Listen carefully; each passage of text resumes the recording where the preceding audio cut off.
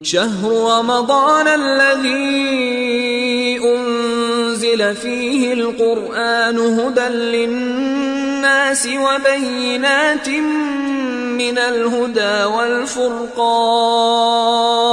اعوذ باللہ من الشیطان اللعین الرجیم بسم اللہ الرحمن الرحیم الحمد للہ وکفا وسلام علی عبادہ الذین اصطفیٰ محمد وعطرتہ الطاہرہ واللعنۃ الدائمۃ علی اہلہا اما بعد۔ ماہ رمضان المبارک کی روزانہ کی دعاؤں کی مختصر تشریح کا سلسلہ جاری و ساری ہے، اور اسی سلسلے کی 29ویں دن کی ماہ رمضان المبارک کی دعا کہ جس میں یہ بیان کیا جا رہا ہے کہ اللہم غشنی فیہ بالرحمہ وارزقنی فیہ التوفیق والعصمہ وطہر قلبی من عناہب التہمہ یا رحیمن بعبادہ المؤمنین۔ اے پروردگار مجھ پر اپنی رحمتوں کی بارش فرما اس دن میں، وارزقنی فیہ التوفیق والعصمہ، اور اے پروردگار اس دن میں مجھے اپنی عصمت کی توفیق عنایت فرما۔ عصمت یعنی کہ اپنے بچاؤ کی توفیق عنایت فرما، اور مجھے اپنی بارگاہ سے اپنا حفظ و امان عنایت کر۔ وطہر قلبی من عناہب التہمہ، اور اے پروردگار مجھے میرے دل کو اس دن میں تہمتوں کے مصیبتوں سے بچا لے۔ یا رحیمن بعبادہ المؤمنین، اے مومن بندوں پہ اپنے رحم کرنے والے۔ جو اس دعا کی تلاوت کرتا ہے اس کا ثواب کیا ہے؟ 29ویں دن ماہ رمضان المبارک کے جو اس دعا کی تلاوت کا شرف حاصل کرتا ہے تو من دعا بہ جعل اللہ تعالی لہو فی الجنت نصیبا وافرا۔ جو کوئی بھی اس دعا کو اس دن میں تلاوت کرتا ہے تو پروردگار عالم جنت میں اس کے لیے ایک وافر نصیب، وافر حصہ، ایک بڑا حصہ اس کو عطا کرتا ہے۔ لو کیس نصیبہ بالدنیا، اگر اس کے اس نصیب کو، اس کے اس حصے کو دنیا کے اندر ناپا جائے، تولا جائے، لکانا مثلہا 40 مرہ، تو یہ اس دنیا کے 40 مرتبہ ملٹیپلائی کر دینے کے برابر ہوگا۔ یعنی اس دنیا کے اندر کتنا حصہ ہے اس کو ملٹیپلائی بائی 40 کر دے، یا اس پورے دنیا کا کتنا حصہ ہے وہ پورا حصہ ملٹیپلائی بائی 40 کر دیں، اتنا حصہ پروردگار اسے جنت کے اندر عطا کرے گا اس دن کی دعا کی تلاوت کرنے کی وجہ سے۔ اب کیا کہا جا رہا ہے کہ پروردگار مجھ پر اپنی رحمتوں کی بارش کو نازل فرما۔ کیا ہے وہ اسباب رحمت پروردگار عالم کے جو بندوں پر نازل ہوتے ہیں، یا کون سی شرائط ہیں کہ جن شرائط پر رب ذوالجلال کی رحمت اپنے بندوں کے شامل حال ہو جاتی ہیں؟ ایک بات یاد رکھیے گا، اللہ کی عطائیں نازل ہو چکی ہیں، پروردگار عالم کی نعمتیں تمام ہو چکی ہیں، پروردگار عالم کی رحمتیں نازل ہو چکی ہیں۔ اب اس ایئر کے اندر یہ نعمتیں اور رحمتیں اور پروردگار عالم کی عطائیں موجود ہیں، اسے کھینچ کے اپنے پاس کیسے لے کر آنا ہے وہ اہل بیت اطہار علیہ السلام نے بیان کیا ہے۔ ایمان اور عمل صالح، جیسا کہ قرآن کریم کی آیت ہے کہ فَأَمَّا الَّذِينَ آمَنُوا وَعَمِلُوا الصَّالِحَاتِ فَيُدْخِلُهُمْ رَبُّهُمْ فِي رَحْمَتِهِ، تو جو لوگ ایمان لے کر آئے اور عمل صالح کا انجام دیا، یہ وہ لوگ ہیں کہ پروردگار عالم انہیں اپنی رحمت کے اندر داخل کر دیتا ہے۔ لہٰذا ایمان اور عمل صالح ایک ایسی چیز ہے، ایک ایسی شرط ہے کہ اگر کوئی شخص ایمان رکھ کے اور عمل صالح انجام دیتا ہے تو پروردگار عالم کی رحمت اس کے شامل حال ہو جاتی ہے۔ اب دوسری چیز اور دوسری شرط کہ جو اللہ کی رحمت کو اپنی طرف کھینچنے اور جلب کرنے کا سبب بنتی ہے وہ ہے اطاعت خدا اور اطاعت رسول خدا پروردگار عالم کے صلی اللہ علیہ وآلہ وسلم۔ اطیعوا اللہ والرسول لعلکم ترحمون، اللہ کی اطاعت کرو، اس کے رسول کی اطاعت کرو شاید کہ تم پر رحم کیا جائے۔ یعنی کہ اگر تم نے اللہ کی اطاعت کی اور اللہ کے رسول کی اطاعت کی تو یاد رکھنا اس بات کا بہت زیادہ چانس ہے کہ تم پر رحم کیا جائے۔ مطلب کیا؟ لعلکم ترحمون، اللہ کی اطاعت کر لی، اس کے رسول کی اطاعت کر لی۔ اب یہ کیوں کہا جا رہا ہے کہ شاید؟ کیا اور کوئی شرط بھی باقی ہے؟ تو جی ہاں، شرط تو باقی ہے، وہی شرط کہ جو غدیر خم کے میدان میں رسول اللہ صلی اللہ علیہ وآلہ وسلم نے 1.25 لاکھ حاجیوں کے مجمع میں علی ابن ابی طالب علیہ السلام کو مولا بنانے کے ذریعے سے اعلان فرمائی یہ وہ شرط ہے کہ جس شرط کے اوپر دین کی بہت ساری دین کی ہر چیز کا دار و مدار ٹکا ہوا ہے۔ لہٰذا اطیعوا اللہ والرسول کے ساتھ ساتھ اہل بیت اطہار علیہ الصلوۃ والسلام کو ماننا، مولا کائنات کی امامت کو ماننا، 12 اماموں کی امامت کو ماننا، تو پھر کیا ہوگا؟ ترحمون، تم پر رحم کیا جائے گا۔ ترک گناہ ایک اور شرط ہے کہ جس کی وجہ سے اللہ اپنے بندے پر رحمت کر نازل کرتا ہے۔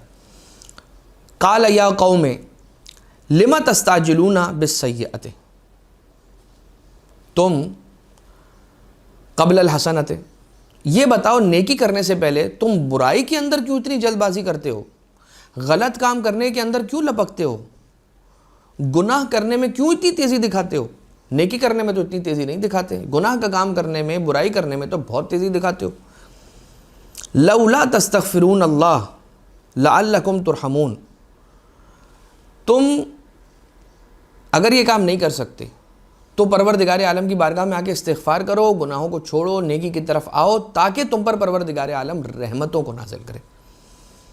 لہٰذا یا قوم لما تستعجلون بالسیئۃ، برائی کے کام کے اندر جلدی نہیں کرو۔ ہاں اگر جلدی کرنی ہے تو نیکی کے کام میں اور اچھائی کے کام میں جلدی کرو، اور کیا کرو؟ مستقل استغفار کرتے رہو تاکہ پروردگار عالم کی رحمتیں تمہاری طرف رجوع کریں اور تمہاری طرف مرکز بن کے آئیں۔ ایک اور شے کہ جو اللہ کی رحمت کو اپنی طرف کھینچتی ہے وہ ہے صدقہ۔ الصدقۃ تستنزل الرحمہ، سرکار امیر المومنین حضرت علی ابن ابی طالب علیہ الصلوۃ والسلام علیہ آلاف التحیۃ والثناء مولا، آقا ارشاد یہ فرماتے ہیں الصدقۃ تستنزل الرحمہ، صدقہ جو ہے وہ رحمت کو کھینچ کے نازل کرواتا ہے اپنی طرف، بندوں کی طرف۔ لہذا جتنا ہو سکے صدقہ نکالیں۔ اور صدقے کے بارے میں یہ ملتا ہے کہ صدقہ ادا نہ کریں، صدقہ بہائیں، اتنا دیں صدقہ کہ یہ کہا جائے کہ یہ پیسہ باہر آئے صدقے کے اندر، اتنا پیسہ دیں، اتنا صدقہ دیں۔ اور اگر کوئی شخص مقامات مقدسہ پر جا رہا ہے اور مسجد کوفہ جا رہا ہے تو وہاں پر خاص طور سے صدقے کی تاکید ہے، بہت زیادہ اس کا ثواب ہے۔ وہاں پر جائے جب بھی انسان تو صدقے کی عبادت کو ضرور انجام دے، اس سے محروم نہ رہے۔